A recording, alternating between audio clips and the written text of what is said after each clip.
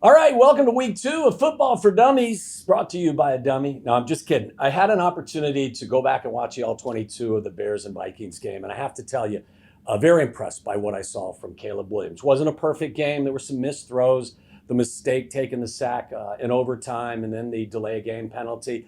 It wasn't perfect, but like I said, the vast majority of what I saw was very, very encouraging. In fact, to put together like a highlight reel, okay, I think I called it Caleb's fanboy collection. And I'm the fanboy, and it's a collection of his throws that I just think are outstanding and show you just what kind of elite talent he can be. So we'll go to the first play that I highlighted. This is in the first half. This is a sail route. We saw him throw this route last week, play 2 of the second half against the Green Bay Packers, and he threw a beautiful ball to Cole Kmet. I think this throw may be even more delicious than that one. What we start with is a little yo-yo motion up at the top from DJ Moore. He's going to go this way. He's going to come back this way. What we're trying to do, as I said last week, is define coverage. You really don't see much from the Vikings, so it's zone. Okay, this is what we're looking for. This is this little sail route that Keenan's running, trying to find this void. You got a clear out route here. And DJ's just in the flat. Now, most quarterback coaches are going to look at this play and say, hey, just take the easy completion here. All right, that's simple, especially since this defender is starting to feather back and he's dropping into this area that you're trying to find. So we'll let this thing roll. And Caleb just says, you know what, Waddle, screw you. I'm going to rip one down the field to Keenan Allen. I'm going to throw a dart, and then Keenan is going to take this ball about 30 more yards down the field. Now, again, this thing is an elite throw. As I said earlier, you can hit the check down. And that's probably, most coaches would tell you that that's the best decision a quarterback could make because that defender was backing off.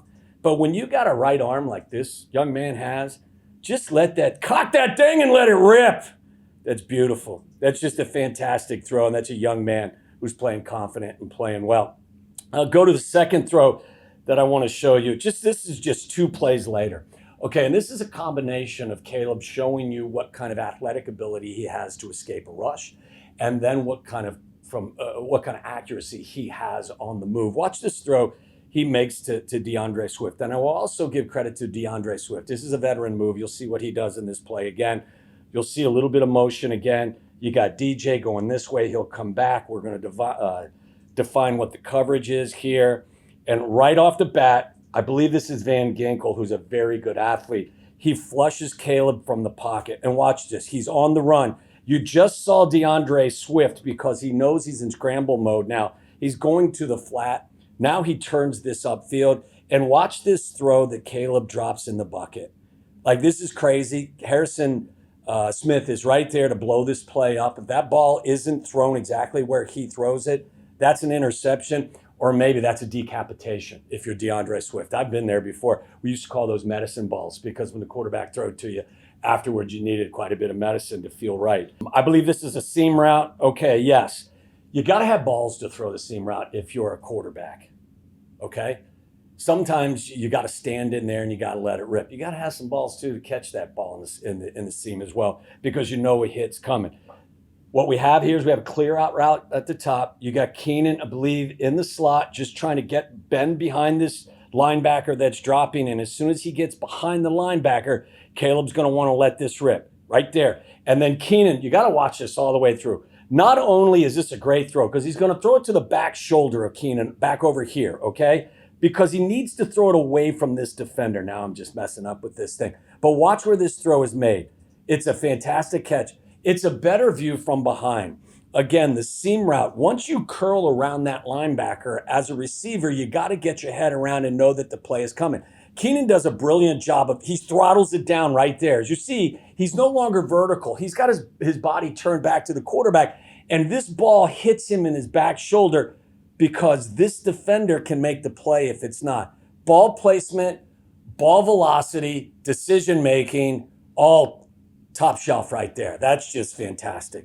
Okay, I'd like to call this play the play that was almost, okay? Sometimes you're just a little bit away from perfection and it doesn't always work out. Look, the other team is getting paid handsomely to defend you, and sometimes even a great play design isn't going to result in a positive play.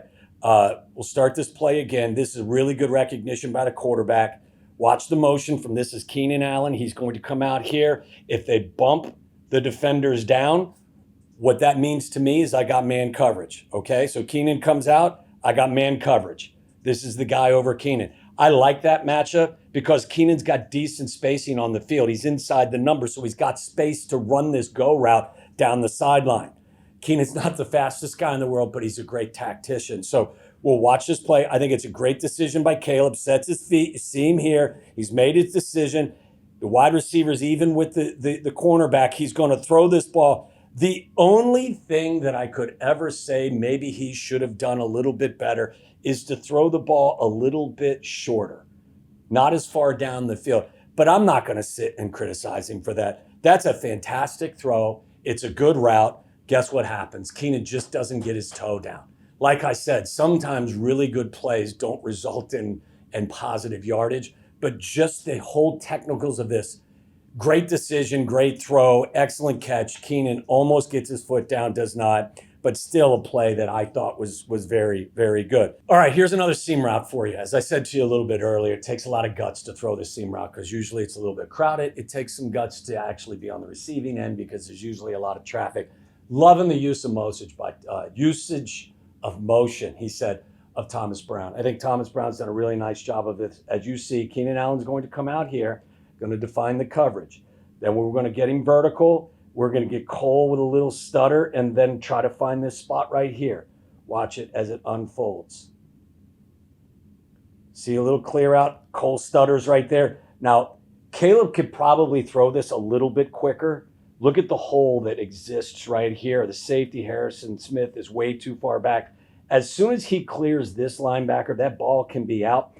But what Cole does a really nice job of is he settles himself a little bit and drops that right in the hole. It's a beautiful throw. You'll see it again from behind. Cole will do a little bit of stutter, then he'll find a little slot there. The one thing the Vikings do, the Vikings bring a lot of pressure. They blitz a lot. They play a lot of zone coverage behind it. So you got to be aware of that as a receiver, that you're not running man routes. What you're actually doing is you're trying to find voids in the defense. So again, from behind, you'll watch what Cole is going to do here.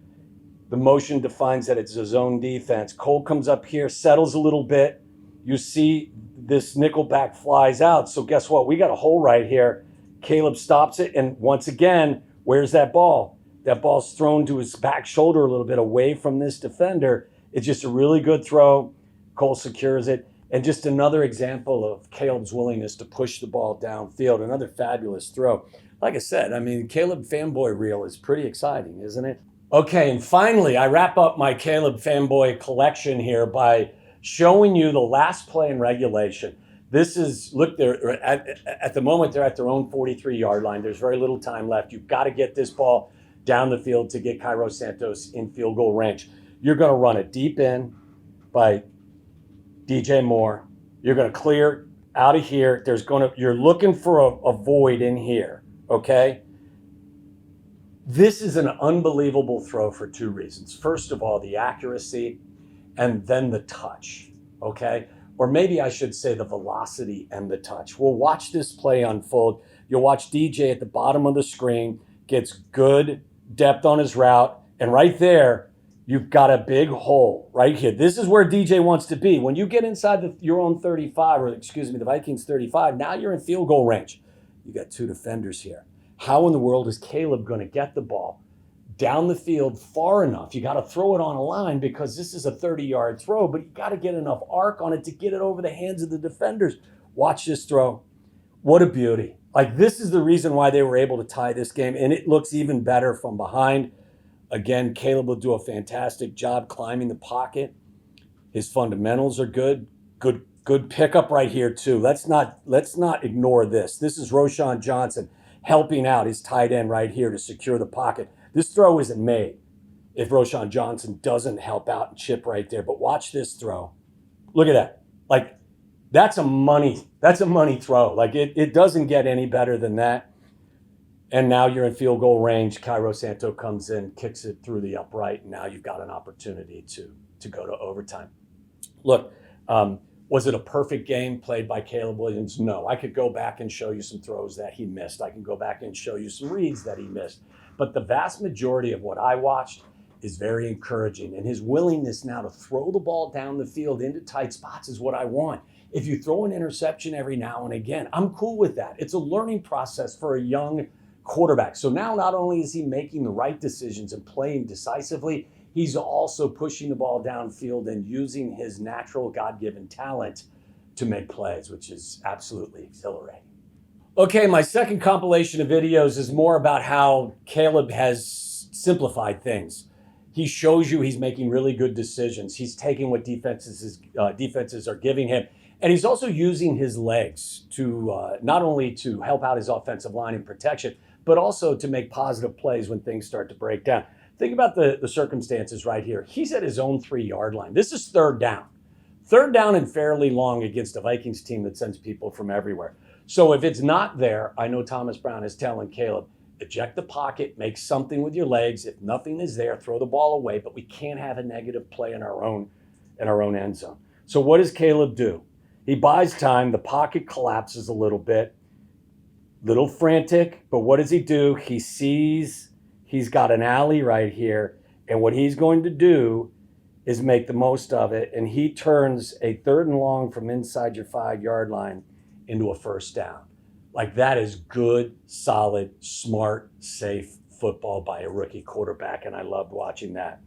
Here's another example of your quarterback just taking what a defense is going to give him. Again, we got ourselves in a bit of a bunch situation. Looks like we've got man coverage, so ball's going to have to come out quick. You got Keenan running a little rub route off of Cole Kmet. Let's just get this ball out to the flat and let's work.